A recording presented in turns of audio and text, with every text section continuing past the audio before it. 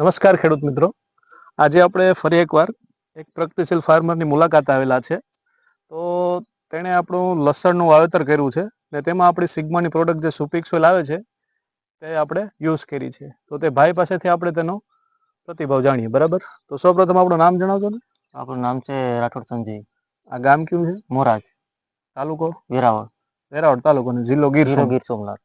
બરાબર, તો સંજયભાઈ તમે આપણે આમાં સુપિક્સોલ આપ્યું એ શેના માટે આપ્યું હતું અને કેટલા દિવસ થયા ટૂંકમાં આપ્યું એના? આમાં આપણે આપ્યું છે ને આશરે મહિના 30 દિવસ જેવું છે. 30 દી જેવું થઈ ગયું છે. બરાબર, ને શું પ્રોબ્લેમ હતો ને આપ્યું હતું?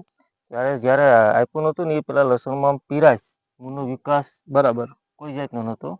ને આપ્યા પછી લસણનો ગ્રોથ બરાબર થયો ને મૂળનો વિકાસ કમ્પ્લીટ નીકળી ગયો.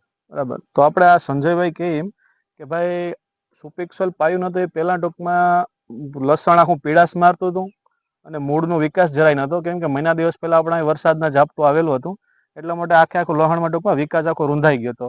તો તમે સહેજ આપણે બતાવો આપણા લસણનું આપણે આખા વાવેતર છે. બરાબર, આ આંખમાં અત્યારે પ્રોપરલી આખું છે. આપણે આ એકાદી ઉપાડી નહીં જોઈએ. આ જોઈ શકો મિત્રો, મૂળનો વિકાસ કમ્પ્લીટ છે, લાંબા મૂળ છે ને અત્યારે હવે ગાંઠિયો બનવાની શરૂઆત થઈ ગઈ છે.